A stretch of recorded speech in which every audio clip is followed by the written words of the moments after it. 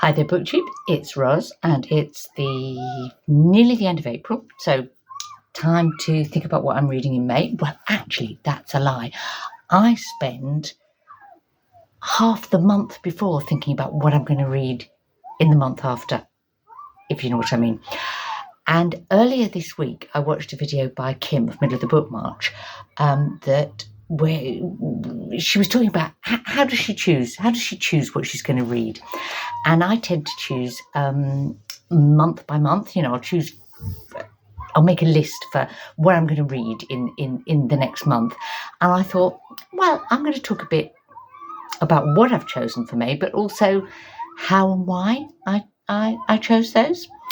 And you can tell me how you choose yours, or maybe you don't plan at all. Maybe you were a genuine mood reader who doesn't make any plans.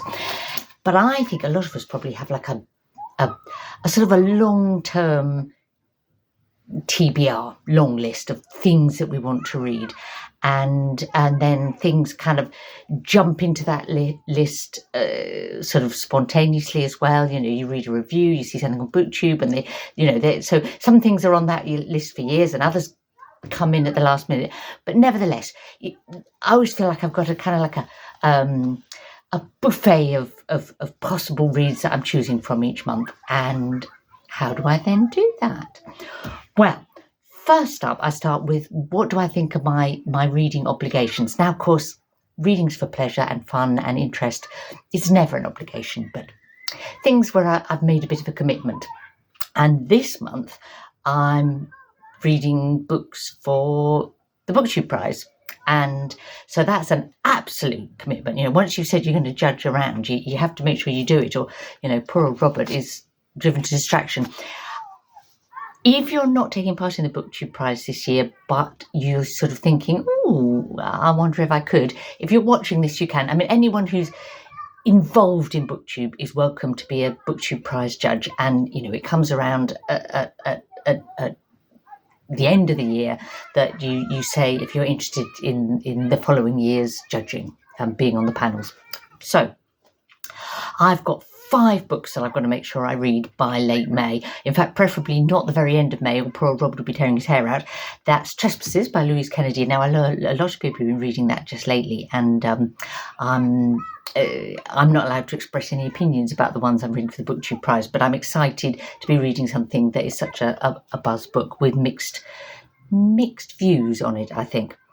Kaikeyi by Vaishnavi Patel, Stories from the Tenants Downstairs by Sidik Fofana, Our Wives Under the Sea by Julia Armfield, and The Daughter of Dr. Moreau by Silvia Moreno Garcia. Those are my 5 BookTube Prize. So they're top of my pile, virtually, for May. Then there's other things that I've committed to read, and that's things, that I've said to someone else I will read with them, whether individually or in a group. So my real life book club book group read, which is Travels in the Scriptorium by Paul Auster. Is it Auster or Auster? I'm not sure. The American writer. That's from like about the 1970s or something. Anyway, we'll see. I haven't read a lot by him. If you have, tell me if it's a good one. Tell me if I'm going to enjoy it.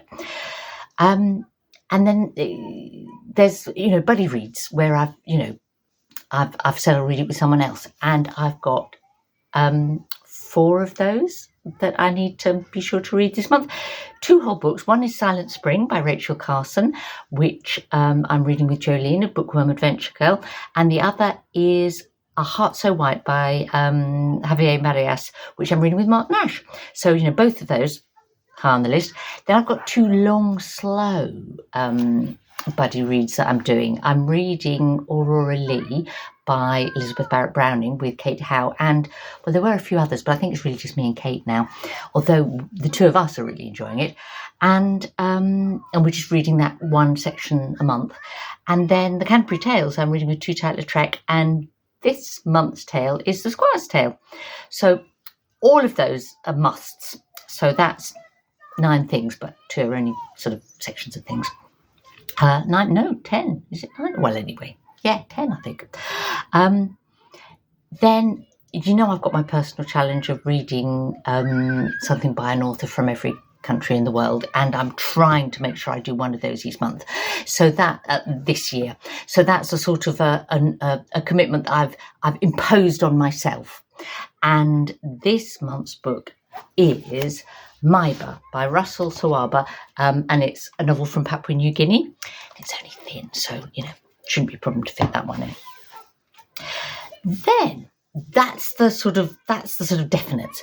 But then there's readathons and reading events, and I'm a sucker for those. No, the reason I think that I really enjoy those, two reasons. One is it kind of freshens up my choices. Sometimes it pushes you to read something a little different, not to just read new fiction or, it's like a wild card. But also it's a way of picking from that long list that I talked about, my long-term TBR. How do I pick out of those, maybe 300 books that I've got on that list? And a readathon can be an excuse to sort of pull one to the top of the pile, can't it? And there is a bumper crop of readathons in May. Sometimes I can make a buddy read, connect, or I can pick a month for I'm explaining that really badly. Silent Spring, that Jolene and I are reading. We could have read that another month, but reading it in May means it does double duty for Springathon. Hurrah! And sometimes, things just fall into place. Like, I thought I wasn't going to get to read anything for the Asian Readathon, but actually Kaikeyi is perfect. It's a real slam dunk because it's by an American Asian author, and it's actually a retelling from one female character's point of view of the Indian epic, the Ramayana. So, spot on for Asian Readathon. There's 4 other readathons that I'm going to be dipping into this month. Okay, Misery May, the Spoonies Readathon, May of the Moderns, and Mental Health May. And I'm going to link to the hosts and an announcement video for all of these in my description, because if I'll go on too long if I talk too much about each of them. But Misery May was irresistible. That's Scott of Gunpowder Fiction Plot and Gemma of Gemma's Books, and that invites us to read sad books. Not a problem for me. I like reading books full of misery, and to read something by the master of the miserable book, Thomas Hardy.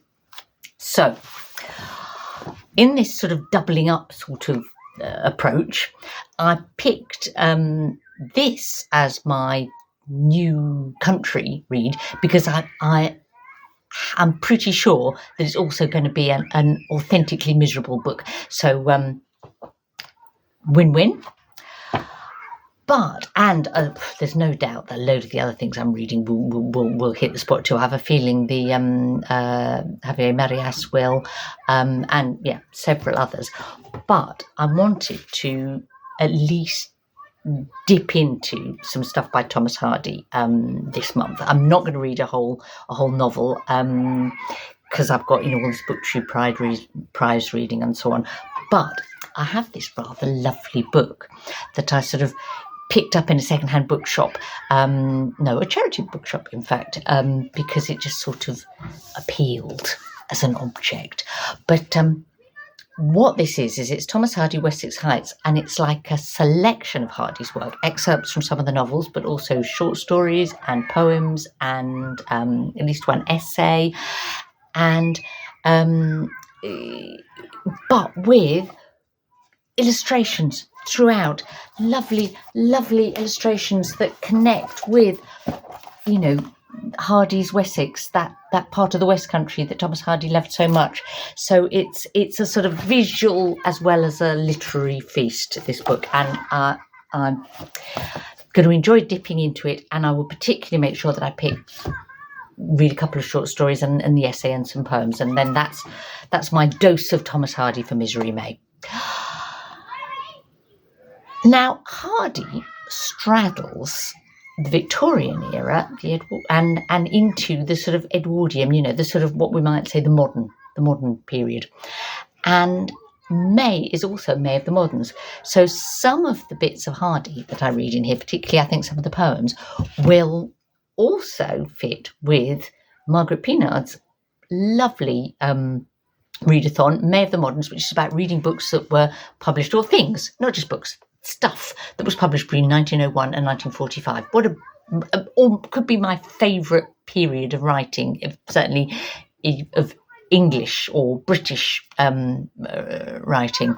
So a bit of Hardy, but also it's a great excuse to pick this one off my long TBR long list. Jean Rhys's The Voyage in the Dark, which was published in 1934, and this had sort of was floating around in the top of the pond because Shaun the Book Maniac went a bit wild about it recently, and that brought it to the top of my mind. So May of the Moderns it is. Now, there are two other readathons that are happening this week that are this week. Did I say this week? I meant this month. Brain's a bit tired, I've been at the football. I've been doing a lot of shouting and cheering, and I've got my Brighton and Hove Albion shirt on. We won 6-0. We won't talk about the previous two matches. Okay. But yeah, brain's a bit fried.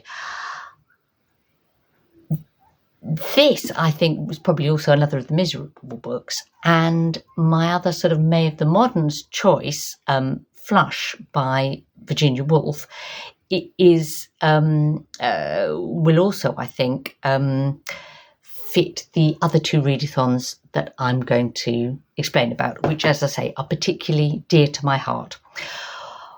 And that's the Spoonies readathon, which is hosted by Emily of Novell Novels and someone else who's gone out of my tired brain, but I'll put it in the notes. And that's about disability in books, and in particular invisible disabilities. And then, as I say, the other is Mental Health May. So why is the Spoonies readathon called that? What's that about? Let me explain, because I think not everyone, if you're not in that world, you might not know. But it's a familiar concept to me. Okay, I want you to imagine that you have a spoon drawer, and your spoon drawer is full of spoons, and they represent the physical and mental and emotional energy that you have to sort of take on each day. And when you have a really shitty day, for whatever reason, or a very exciting day, or, a physically strenuous day, you use up more of your spoons. Now, if you've got a disability, if you're disabled, and perhaps you might perhaps start the day with fewer spoons in your spoon drawer, but also the things you do might use more spoons than they would for another person. And that can be a helpful way to kind of think about that, particularly for people with invisible disabilities, because, it can be hard for other people and sometimes, themselves to understand why, someone else can sail through certain things and they have to really kind of pace themselves or accept that they can't do everything, or, it's a helpful metaphor. For example, if you have an invisible disability, if you have a neurodevelopmental condition, you're neurodivergent, doesn't necessarily make you disabled in itself. It's a difference, you can see it as a difference. But the way the world doesn't accommodate that can mean that, you go through your spoons faster than you should. And that can mean that your mental health is jeopardized, and anxiety, depression, and they are very definitely things that, impair your daily life. So And that's why I would see the Spoonies Readathon and the Mental Health May really closely kind of attached to each other. Hosts of Mental Health May are Kim of Middle of the Book March and Marilyn Mendoza. And as I say, I've got some books that kind of cross between the two. My number one choice for Mental Health May is a book that Marilyn Mendoza mentioned in her announcement video, and that's Man's Search for Meaning by Viktor Frankl, which she said was a book that was very meaningful for her. And again, Frankl, not the specific book so much, but him as an author has been sort of on my long list for a long time, and he's never kind of got to the top of the pile, and this is a great opportunity. Quite an extraordinary man and psychotherapist. That brings me back to Elisabeth Barrett Browning that I mentioned earlier, who's the author of Aurora, Leigh. Now, she, around the age of 15, developed what I would, I suppose would describe as an invisible disability. She had something that gave her intense pain and fatigue, and ultimately, also affected her mobility. We're not sure what it was. I mean, it sounds very like fibromyalgia, something like that, but, people have come up with different theories. In a way, it doesn't matter, but that had a huge impact on her life, but it didn't stop her writing.